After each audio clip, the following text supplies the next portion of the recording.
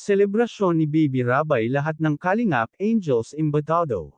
Cedric at Rose ang nahuli na magkahawak kamay. Bago ko ipagpatuloy ang maiksing reaction video na ito, hiling ko lang na patapusin ang panunood nito para malaman ang nilalaman nito, at kung bago ka pa lang sa munting channel na ito, paki-subscribe para lagi kang updated sa video ng mga Kalingap.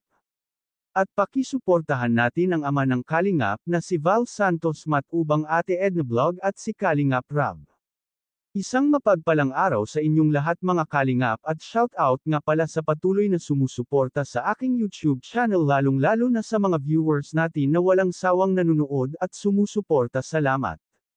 Huli kam si Cedric at Rose Ann na nag-holding hands sa birthday party ni Baby Rabay.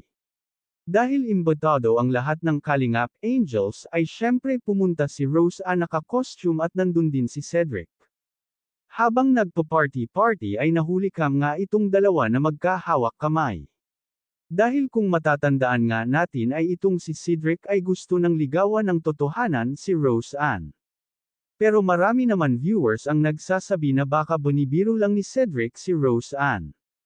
Maraming ang viewers ang nagsasabi na mag-aral muna at huwag munang mag-boyfriend dahil kailangan muna makatapos habang may nagpapaaral, dahil kung matatandaan natin ay itong si Rose Ann ay papaaralin ng isang sponsor hanggang sa makatapos, at may plano pa itong dalhin si Rose Ann sa ibang bansa.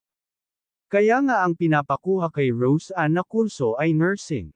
Kaya maraming viewers ang nagsasabi na huwag munang unahin ang boyfriend. Oo nga naman, sayang ang pagkakataon, habang may tutulong ay dapat unahin muna ang pag-aaral, dahil kung talagang mahal siya ni Cedric ay maghihintay ito kahit gaano pa katagal. Sa ngayon ay makontento na lang muna sila, na love team na lang muna ang importante, ay nagbibigay sila ng kilig at saya sa mga viewers.